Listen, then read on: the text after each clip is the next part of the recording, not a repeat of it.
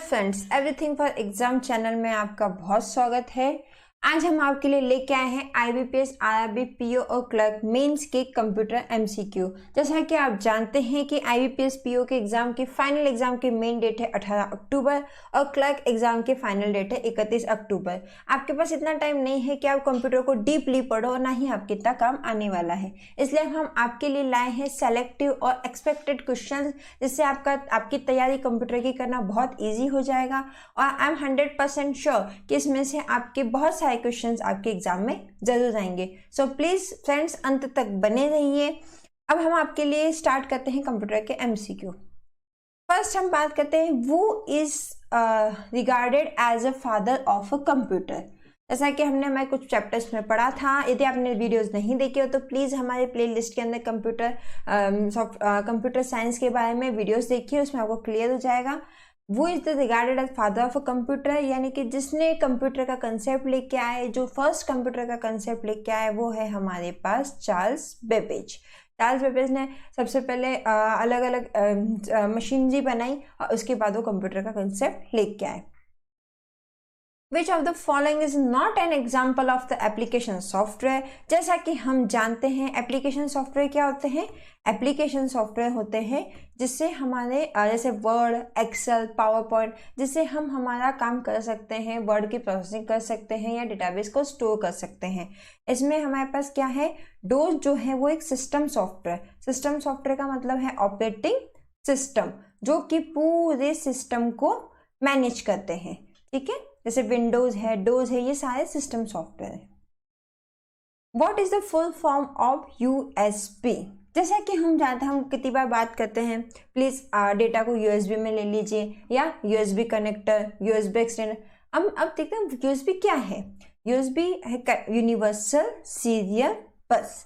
Universal serial बस का मतलब जैसे आप पेन ड्राइव यूज करते हैं तो पेन ड्राइव में यूएसबी की आती है। आजकल कीबोर्ड, माउस, प्रिंटर 80 to 90% चीजें हमारी यूएसबी के थ्रू ही कनेक्ट होती हैं।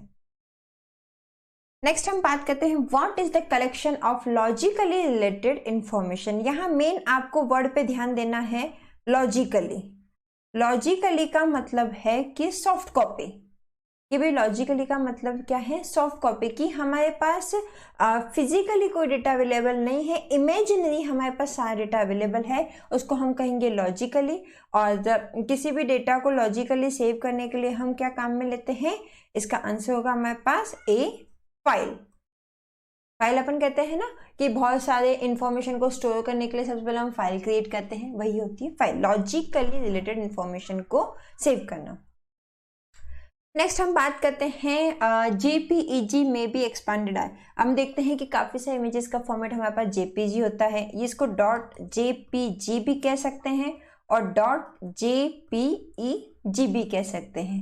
ठीक है, तो इसका फुल फॉर्म क्या होगा अपने पास, joint photographic expert group, that is D.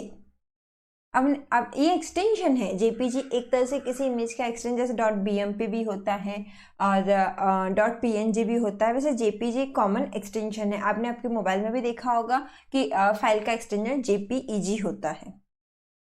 अब collection of 8 bit is called as, किसी भी 8 बिट का कलेक्शन जो होता है वो क्या कहलाता है हमारे पास, बाइट। ठीक है, अब बाइट में आगे आप देखते हैं gigabyte, terabyte. The first generation of computer used for security, that is, हमने जैसे कंप्यूटर जनरेशन में हमने पढ़ा, लेकिन हम आपके लिए शॉर्ट में लिखे हैं तो आपको सिर्फ इतना ही ध्यान रखना है, that is vacuum tube, sorry. The desktop computer आज also known as dash computer. Desktop computer को हम क्या कहते हैं, सब जैसे हमने देखा है कि जो हमारे घर में कंप्यूटर यूज आते हैं वो हमारे कंप्यूटर होते हैं, यानी हम उसको पर्सनल कंप्यूटर भी कह सकते हैं, हम डेस्कटॉप भी कहते हैं। तो इसका आंसर क्या हुआ हमारे पास, पर्सनल कंप्यूटर। वर्क स्टेशन क्या हो गए, सर्वर के रूप में हो गए। अ स्कैनर स्कैन्स, स्कैनर क्या स्कैन करता है, जैसा कि हमने देखा होगा किसी भी टेक्स्ट को, इमेज को हमें स्कैन करना है, कुछ भी हमें स्कैन करना है, जो पेपर में जो भी प्रिंट होता है वो सब स्कैनर स्कैन करके उसके सॉफ्टवेयर कंप्यूटर में बना देता है। तो स्कैनर क्या स्कैन करता है, both picture and the text. Dash acts like an interface between hardware and the user. अब हम यहाँ बात करते हैं कि हार्डवेयर और यूजर के बीच में इंटरफेस कौन प्रोवाइड करता है। जैसा कि हमने थोड़ी देर पहले बात करी थी एप्लीकेशन सॉफ्टवेयर के बारे में। एप्लीकेशन सॉफ्टवेयर क्या काम करते हैं, यूजर को इंटरफेस प्रोवाइड करते हैं जिससे वो अपना काम को इजीली कर सके। तो इसका आंसर क्या होगा, सिस्टम सॉफ्टवेयर, जो कि हार्डवेयर को, यानी कि जैसे कभी भी हमने देखा होगा कंप्यूटर की बूटिंग स्टार्ट होती है, तो बूटिंग स्टार्ट होते सबसे पहले क्या ओपन होता है, ऑपरेटिंग सिस्टम। ऑपरेटिंग सिस्टम क्या करता है, सबसे पहले सारे रिसोर्सेज को कलेक्ट करता है, कलेक्ट करके हमारे सामने एक what you see what you get का एनवायरनमेंट शो करता है। तो इसके लिए क्या काम आता है, और सिस्टम सॉफ्टवेयर। और ऑपरेटिंग सिस्टम क्या है, सिस्टम सॉफ्टवेयर, इसलिए इसका आंसर होगा system software. What is the full form of the PDF. अब हमने देखा होगा कि जनरली हम बात करते हैं किसी भी, हमें जैसे हमें कोई डॉक्यूमेंट भेजना है या हमें अपना सीवी भेजना है, तो हम उसको किस में भेजते हैं, पीडीएफ में। पीडीएफ में क्या होता है, कोई भी डॉक्यूमेंट में चेंज नहीं कर सकता है, और कहेगा तो उसको उसकी कॉपी सेव करनी पड़ेगी, या डिजिटली साइन करके भी हम पीडीएफ दे सकते हैं। तो इसका फुल फॉर्म होता है पोर्टेबल डॉक्यूमेंट फॉर्मेट। जैसे हम पीडीएफ जो हमारी जिंदगी में यूज तो ले रहे हैं, लेकिन हमें फुल फॉर्म नहीं पता है, तो इसको आप याद रखिएगा, बहुत ही इंपॉर्टेंट क्वेश्चन है पीडीएफ का, portable document format. A dash is an electronic device that processes data, converting it into information. अब हम देखते हैं कि किसी भी डेटा को प्रोसेस करने के लिए क्या यूज में आता है। जैसा कि आपको प्रोसेस वर्ड से ही पता चल रहा है कि प्रोसेस वर्ड से आपको पता चल रहा है, इसका आंसर क्या होगा, प्रोसेसर। ठीक है। Codes consisting of light and dark marks which may be optically read is known as codes and considered light and dark marks. Light और डार्क मार्क की लाइंस क्या कहता है, आपने देखा होगा इस तरह की लाइन आती है आपके पास, लाइट एंड डार्क। जैसे ये डार्क लाइन हो गई, एक सिंगल लाइन हो गई, फिर डार्क लाइन हो गई। ये अपन ने देखा होगा किसी भी प्राइस टैग के नीचे लिखी हुई आती है, उसमें कोड लिखा है, तो ये क्या होता है, ये बार कोड। उसका आंसर क्या होगा अपने पास, bar code. Keyboard and are the example of input devices. हम बात करते हैं सबसे पहले इनपुट डिवाइस क्या होता है। इनपुट डिवाइस क्या है, जिससे हम कंप्यूटर के अंदर डेटा को इनपुट देते हैं।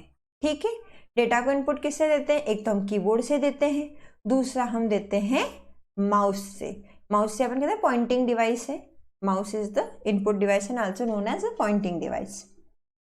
The CPU is the called of CPU is the called dash dash of the computer। CPU को हम अपने कंप्यूटर का क्या कहते हैं, हमने कहा कि हर एक काम, जितना भी काम कंप्यूटर में होता है वो सेंट्रली होता है, that is central processing unit के थ्रू। अब जैसे सेंट्रल प्रोसेसिंग यूनिट है, यानी पूरा सेंटर है किसी चीज का और उसी से सब चीजें मैनेज हो रही है, तो हम आम भाषा में उसको कंप्यूटर का ब्रेन कहेंगे। The CPU is called the brain of a computer. ROM is an example of which type of memory? सबसे पहले हम देखते हैं ROM क्या है, read only memory. Read only memory, हम सिर्फ उसमें से डेटा को रीड कर सकते हैं या फिर रिट्रीव कर सकते हैं, तो उसको हम कहेंगे नॉन वोलेटाइल मेमोरी, यानी कि इसमें कंप्यूटर बंद होने के बाद भी डेटा लॉस नहीं होगा। ये हमें चीज समझनी जरूरी है, ये बहुत ही इंपॉर्टेंट क्वेश्चन है आपका कि भाई आपकी कौन सी मेमोरी है जो कि नॉन वोलेटाइल है या जिसमें कंप्यूटर बंद होने के बाद भी डेटा लॉस नहीं होता है, उसको कहते हैं नॉन वोलेटाइल मेमोरी। और वोलेटाइल मेमोरी का एग्जाम्पल आप लीजिए RAM, that is random access memory, जो कि पर्टिकुलर कंप्यूटर जब तक स्टार्ट रहेगा तब तक आपका डेटा सेव रहेगा। What is the full form of HTTP? हमने देखा होगा साइट के ऊपर लिखा हुआ था अपने पास HTTP, HTTPS। आपने देखा होगा URL http://www.everythingforexam.com। ठीक है, तो उसमें HTTP क्या है, एक तरह का प्रोटोकॉल है और इसका फुल फॉर्म होता है हाइपर टेक्स्ट ट्रांसफर प्रोटोकॉल।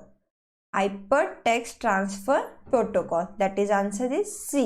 यानी हाइपर टेक्स्ट यानी जो अपना HTML टेक्स्ट होता है, जो वेब का टेक्स्ट होता है, उसको ट्रांसफर करने के लिए जो प्रोटोकॉल यूज आती है उसको HTTP प्रोटोकॉल कहते हैं।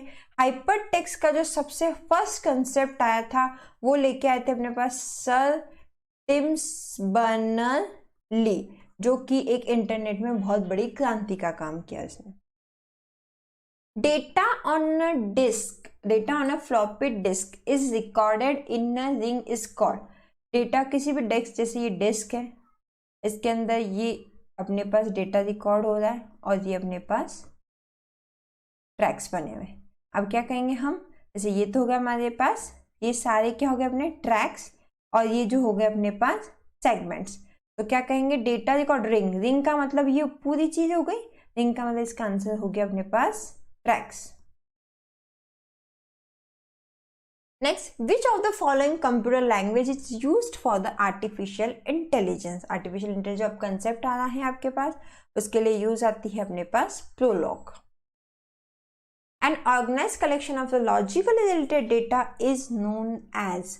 हमने पहले ही बात करी थी कि लॉजिकली कनेक्शन जो होता है, लॉजिकली कनेक्शन जो अपना होता है उसको हम फाइल भी कहते हैं, और डेटाबेस भी एक तरह की फाइल ही होती है जिसमें क्या होता है, ओनली डेटा स्टोर होता है।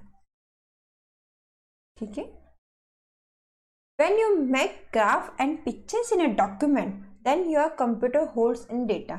आप किसी भी डेटा को यदि आप ड्रॉ करेंगे, कुछ भी करेंगे, तो सबसे पहले नीड है मेमोरी उसको स्टोर करने के लिए, तो सिंपल मेमोरी।